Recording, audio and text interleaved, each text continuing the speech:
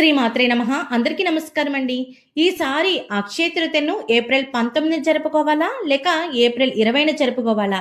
ఈ పవిత్రమైన రోజున అదృష్టం కలగడానికి ఇంట్లోకి ఏ వస్తువులు తీసుకురావాలి? బంగారం కొనకపోతే ఏమవుతుంది? శాస్త్రంలో బంగారం కొనడం గురించి ప్రస్తావన ఉంది.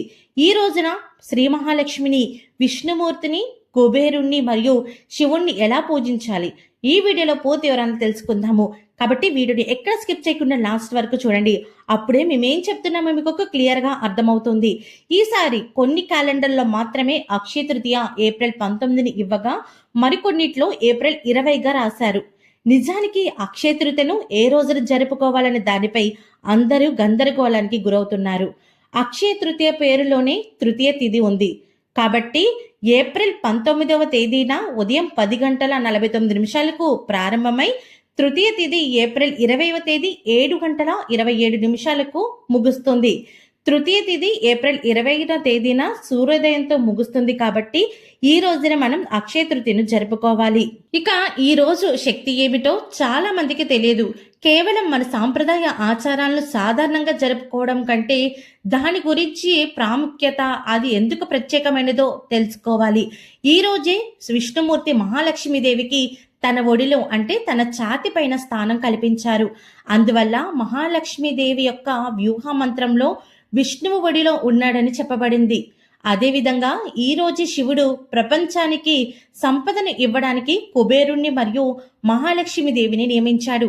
తనకు వచ్చిన బ్రహ్మహత్య దోషాన్ని తొలగించుకోవడానికి శివుడు అన్నపూర్ణేశ్వరి దేవి నుండి అన్నం స్వీకరించాడు. ఈ రోజే నిరుపేద అయిన కుచేలుడు తన ప్రాణ స్నేహితుడైన కృష్ణుని చూడ్డానికి వచ్చి తన వద్ద ఉన్న 3 గుప్పెళ్ల అవలక్కని ఆయనకి ఇచ్చేశారు. అప్పుడు శ్రీకృష్ణుని కుచేలుణ్ణి కుబేరుగా మార్చాడు. ఈ అక్షయ తృతీయ రోజున బంగారం కొనాలని ఏ శాస్త్రంలో కానీ, సాంప్రదాయంలో కానీ, పురాణాల్లో కానీ అస్సలు పేర్కొనబడలేదండి. దానికి బదులుగా బంగారం దానం చేయడం లేదా వివిధ వస్తువుని దానం చేయడం ద్వారా మనకి సంపద కలుగుతుంది, పుణ్యం లభిస్తుందని మాత్రమే శాస్త్రాలు చెబుతున్నాయి. అక్షయ తృతీయ నాడు ఈ 2 వస్తువుల్ని ఇంటికి తీసుకొచ్చుకుంటే మీ ఇంట్లో ధన కనక వస్తు వాహనాలకి ఎటువంటి లోటు ఉండదు. ఈ రోజున మరీ ముఖ్యంగా తులసి మొక్కను తీసుకురావాలి. ఎవరింట్లో అయితే తులసి మొక్క లేదో, ఎవరైతే తులసి మొక్క వేసుకుందామని ఎప్పటి నుంచో ఆలోచిస్తున్న వారికి ఈ రోజైతే చాలా చక్కగా ఉంటుంది.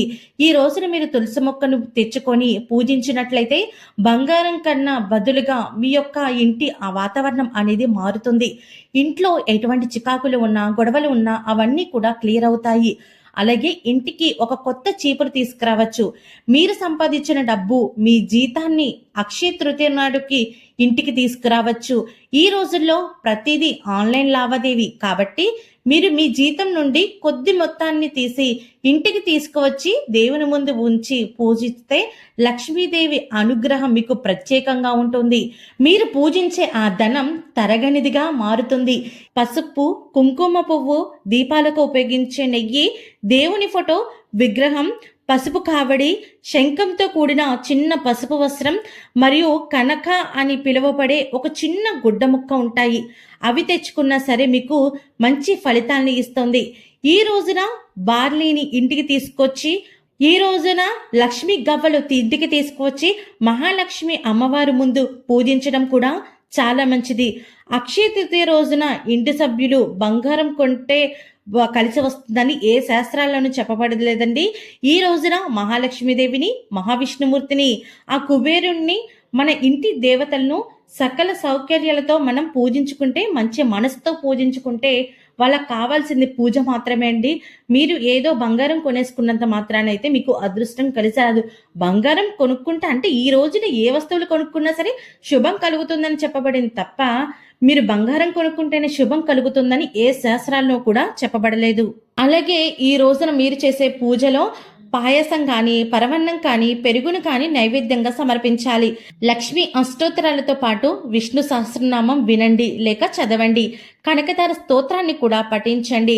ఇంట్లో శ్రీకృష్ణుని ఫోటో ఉంటే అక్కడ కూడా 2 నెయ్యి దీపాలు వెలిగించండి. ఇది చాలా మంచి ఫలితాన్ని ఇస్తోంది. ఇవి చేయడం వల్ల మీకు పేదరికం కానీ, ఆర్థిక ఇబ్బందులు అన్నీ తొలగిపోయి గడిచిపోయిన రోజు నుంచి అక్షయ తృతీయ నుంచి మీకు మంచి రోజులు అనేవి ఈ రోజున ఏ కారణం చేత కూడా అప్పు చేయవద్దు, అప్పు తీసుకోవడానికి వెళ్ళవద్దు. ఈ రోజున తీసుకున్న అప్పు ఎప్పటికీ తిరిగి చెల్లించబడదని పురాణాల్లో ఉంది. మీరు